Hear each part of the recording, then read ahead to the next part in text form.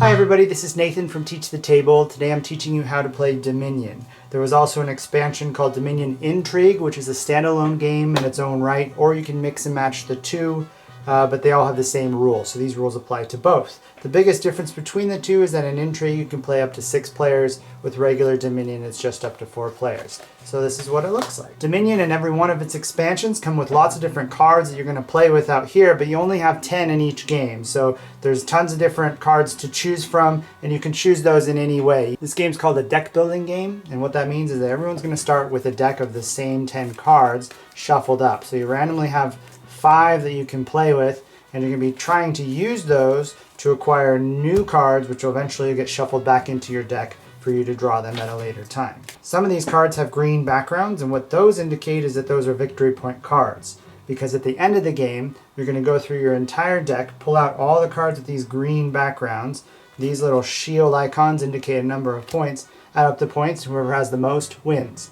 The problem with that is if you keep getting victory point cards, they're going to go in their deck and they don't do anything for you during the game. They only help you at the end. The easiest way to remember how to play this game is that it's the ABCs. So A, you can play one action. So you play that card, do whatever it says, and then you're on B. You can buy. So you can buy one thing.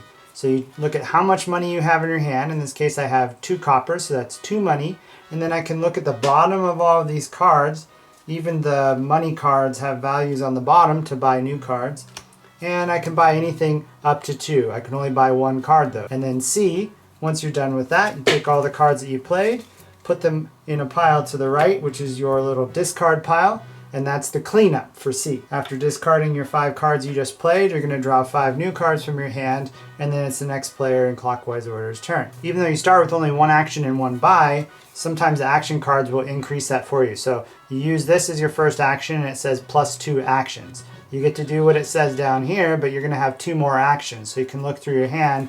If you have another one that you want to play, like I could play this Smithy, plus 3 cards. So I get to draw 3 more cards from my deck to add to my hand right now.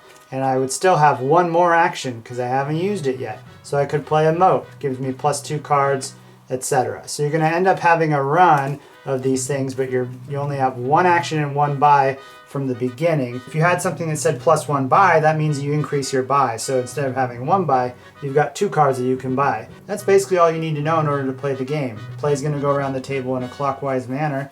And if you go to draw your 5 cards at the end of your turn and you don't have enough, like if I only have 4 here, that's when you're going to shuffle your discard pile up, make a new deck, and then draw that additional card. So you're always going to have 5 at the end of your turn. The game will end in one of 2 ways. The most common way is if all of these provinces, which are the best victory point cards in the game, if they're all used up, once the last one in the pile is taken, that's going to end the game and everyone will total up the number of victory points in their deck. The other way the game can end is if any 3 other piles are gone. Now the money will never really run out, but any of the other 3 piles, once that 3rd pile, the last card's taken, that's going to trigger the end of the game and everyone will look through all the cards in their deck and total up. The person with the most points is the winner. If there is a tie on the number of victory points, the person who had the fewest turns becomes the winner.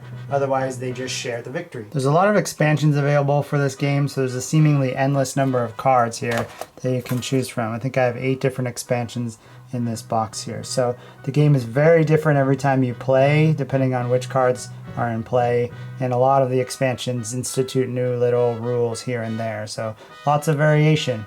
That's all you need to know in order to play the game though, so have fun. See you next time.